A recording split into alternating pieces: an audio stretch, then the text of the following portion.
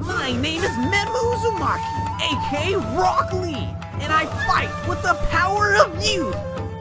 What's up, ladies and gentlemen? Neon Pow here, and this week we are doing part 2 to What If Rock Lee was the Nine-Tails Jinchuriki. If you have not seen part 1 to this series, or my What If Naruto was an Uchiha series, link to that will be in the description underneath that like button and in the card above, so make sure to check those out so this video will be even more enjoyable for you guys. Also, we're going to be doing 100 likes again for this like goal of this video because I know you beasts are killing it with the support, so let's see it continue. You guys are awesome. Also, if you have not joined the Discord server, ton of fun, and we get a chat, so all is well on there. So make sure to come join, link to that description underneath that like button. And without further ado, let's go ahead and hop into the video.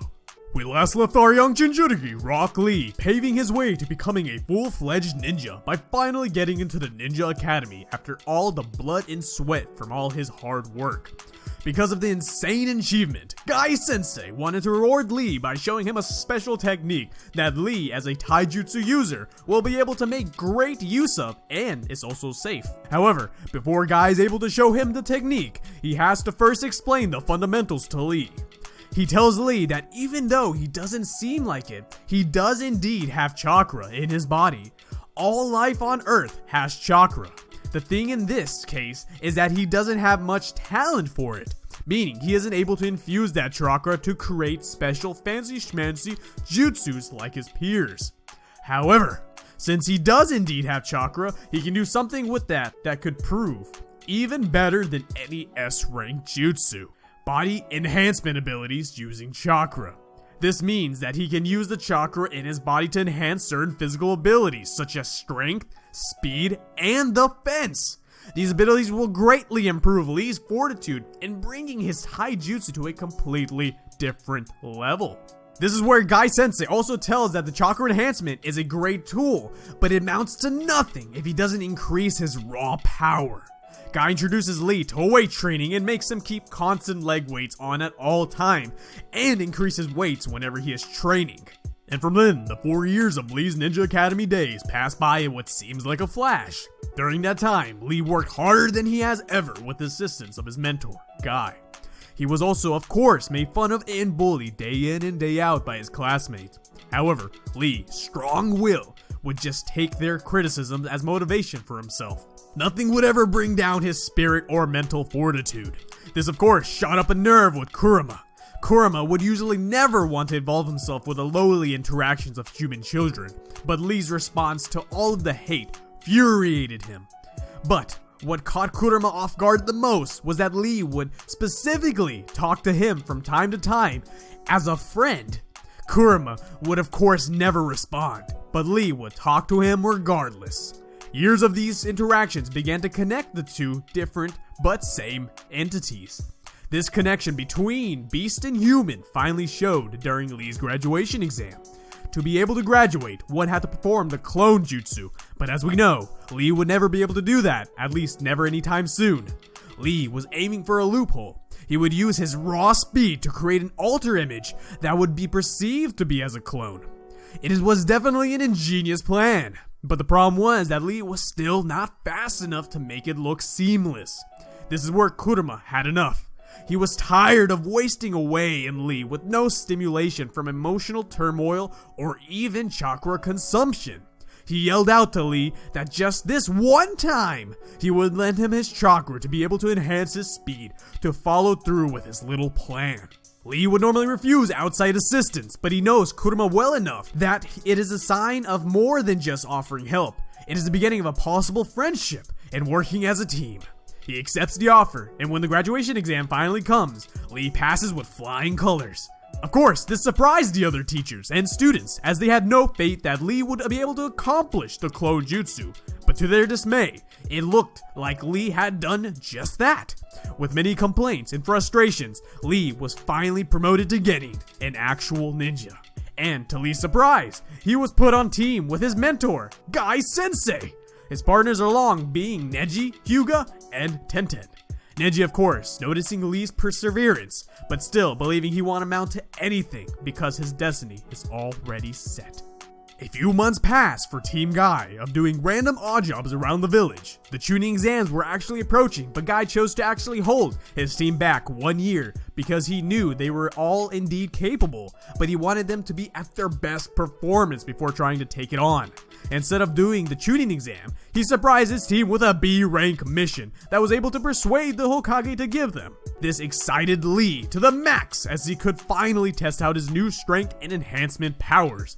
With the help of his Uzumaki blood, he was able to use his enhancement chakra to increase his power 2 times, 3 times, and even 4 times with strain and only in dire situations. The B rank mission tasks are young Genin to escort a young princess named Koyoki Kazahana from the Leaf Village to her kingdom in a small village in the Land of Snow. She was allowed by the higher-ups in her village to leave the Land of Snow and explore the world for some time while they took care of some business. Our Genin became acquainted with her, especially Lee, with his over-enthusiastic gestures and responses. He told her, "I'll make sure to protect you, no matter what." While this girl was a princess, she didn't act much like it. She just looked at Lee with a face of disgust and turned away. Team Guy gets their winter gear and heads out. They managed to actually make it to the Land of Snow with little to no problems. It kinda seemed odd how peaceful everything was, but hey, at least the mission was going smoothly. Lee talked to the princess all the way on the journey, telling her about his past and what he strives to be the strongest taijutsu user. She honestly tries to ignore him most of the journey, but then tells Lee how foolish he is to think he can be a ninja without even being able to use jutsu. He is just an average person. Lee then just smiles at her and says, "What's wrong with being average?" Lee then says, I am average. And I'm happy because of that, because that's what makes me who I am. This shocks the princess, as she didn't expect such a response and just yells, "Baka," and turns away. Lee doesn't know what he did wrong, but before he can ask, the team gets ambushed by some ninjas that are from the Land of Snow. They also seem to be wearing some high-tech samurai-looking armor. Guy Sensei, as careless as usual, just approaches them and says they are in peace and they are only here returning their princess to her kingdom. But without even a word, they activate a trap that explodes part of the cliff where they are standing on. The explosion knocks the princess off the cliff. Fortunately, Lee is right next to her and catches her and brings her down to safety. This ends up splitting the team. Lee tells the princess to get on his back as they need to escape from their pursuers. Neji activates his Byakugan and begins fighting the ninjas on top, but even though it seems they aren't much stronger than him, none of his jutsus are working against them. What will Neji, Tenten, and Guy Sensei do? We now move back to Lee running down what seems to be a railroad track. Even with his speed, his pursuers are catching up with him. He runs into a tunnel, but he sees a light coming quickly towards him. He doesn't know what it is, but the princess tells him if they don't get out of the way soon, they'll be crushed by the train. Lee doesn't know what a train thing is, but he doesn't want to be crushed. He focuses his chakra into his legs and increases his speed 3 times. With his speed increase, he is easily able to make it through the tunnel as the train speeds past them, smashing into their pursuers. Lee says that he thinks they are safe for now, but now turns to the princess and asks her, please explain what is going on. She tells Lee that she isn't sure herself, but tells him what she does know. Those attackers were special guards under her uncle. She thinks he must have something to do with this. She then says the special armor those guards were wearing are anti-ninja armor that negates all ninjutsu and genjutsu. Most of the ninjas in the Land of Snow are equipped with it, and it makes it impossible to take them down with normal jutsus. The both of them are just stumped for a sec, and then both realize what that means. Lee is the ace in the hole they needed. Lee doesn't use either of those and is proficient in taijutsu. They can easily get the jump on them. With this new information, the two don't have time to find the others and just begin heading to the castle. Lee is able to easily dispatch the lesser guards without alerting anyone and make it to the roof where the uncle is plotting something.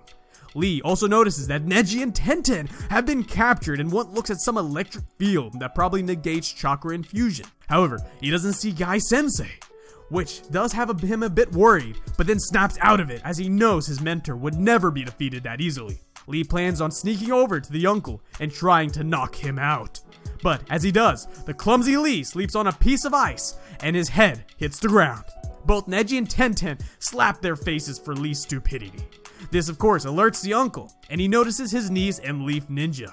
He then says how foolish of them to wander so deep into his territory so carelessly.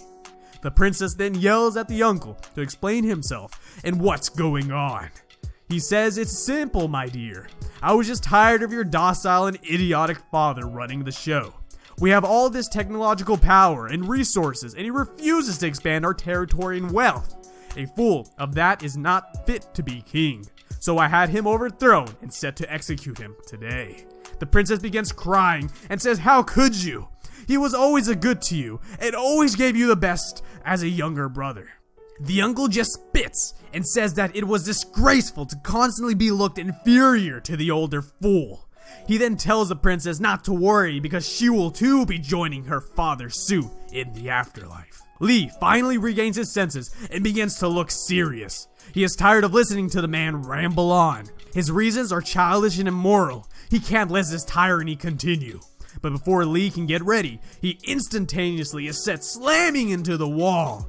The uncle thinks he has disposed of Lee, but then Lee just gets out from the rubble and brushes himself off. He says that could have been bad, but luckily I enhanced my defenses. Lee realizes that he will need to take off his weights if he hopes to defeat this boss.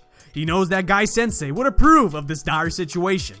As Lee begins taking them off, the uncle just laughs and says, "What are a couple little weights gonna do?" He then sends his lackeys to finish off Lee, but as Lee lets go of the weight, they go crashing into the ground, going through the floor from their sheer weight. This puts the lackeys off balance. Without the weights, Lee looks to almost teleport behind the minions, and he destroys their armor and knocks them out in one punch. The princess and the uncle are shocked by the display of power. The uncle says, "How could this be? The armor is supposed to negate ninjas' jutsus." Lee just looks at the uncle and says, "That wasn't a jutsu, it was just raw punch."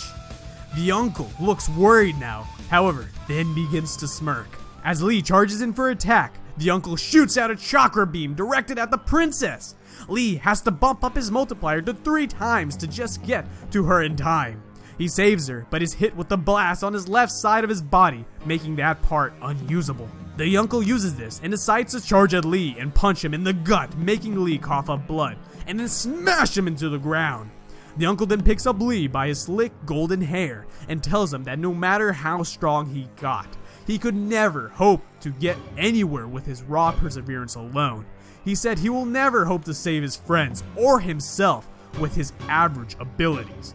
But then, Lee hears a wise words Guy Sensei resonate in his head. "Lee, believe in the power of youth!" This then snaps Lee to his senses, and he raises his multiplier to 4 times and lands a strong kick with his right foot to the uncle, knocking him back.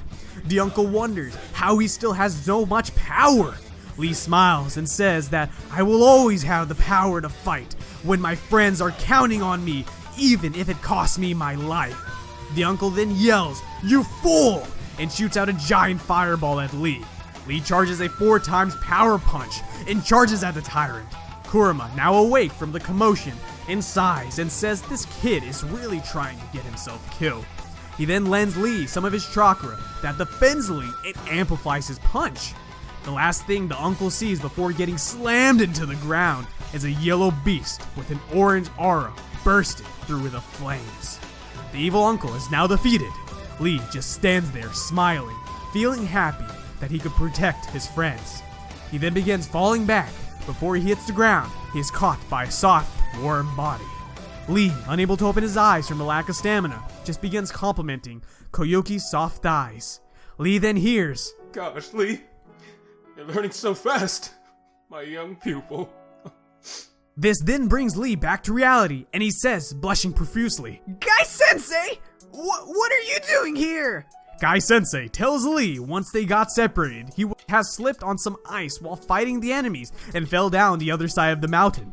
By the time he got back here, he saw that Lee was handling everything, so he decided to save the king and turn off the power to the barrier holding Neji and Tenten captive. The mission, while not completely smooth, turned out to be a success. The uncle was locked away, and the piece returned to the land of snow. Before getting made their way back to the Leaf Village, they were stopped by the princess. She wanted to thank them personally for all their help, especially Lee. She then gives him a quick kiss on the cheek. It takes Lee a second to realize what just happened, but then once he does, he flies back with embarrassment. Guy then grabs the unconscious Lee on his back, and the team heads back to the village. The next big challenge for Lee will be the information that 2 strong Uchihas will be joining the upcoming Chunin exams. He has heard rumors of them and is excited to test his abilities against them to see what they are made of. And that's where we're leaving part 2 to What If Rock Lee was the Nine-Tailed Jinchuriki. Now guys, if you're new to the channel, make sure to subscribe and hit that notification bell to stay up to date with all those juicy what ifs coming to a streaming service near you. Now guys, without further ado, thank you for coming out. Much love, Neon out.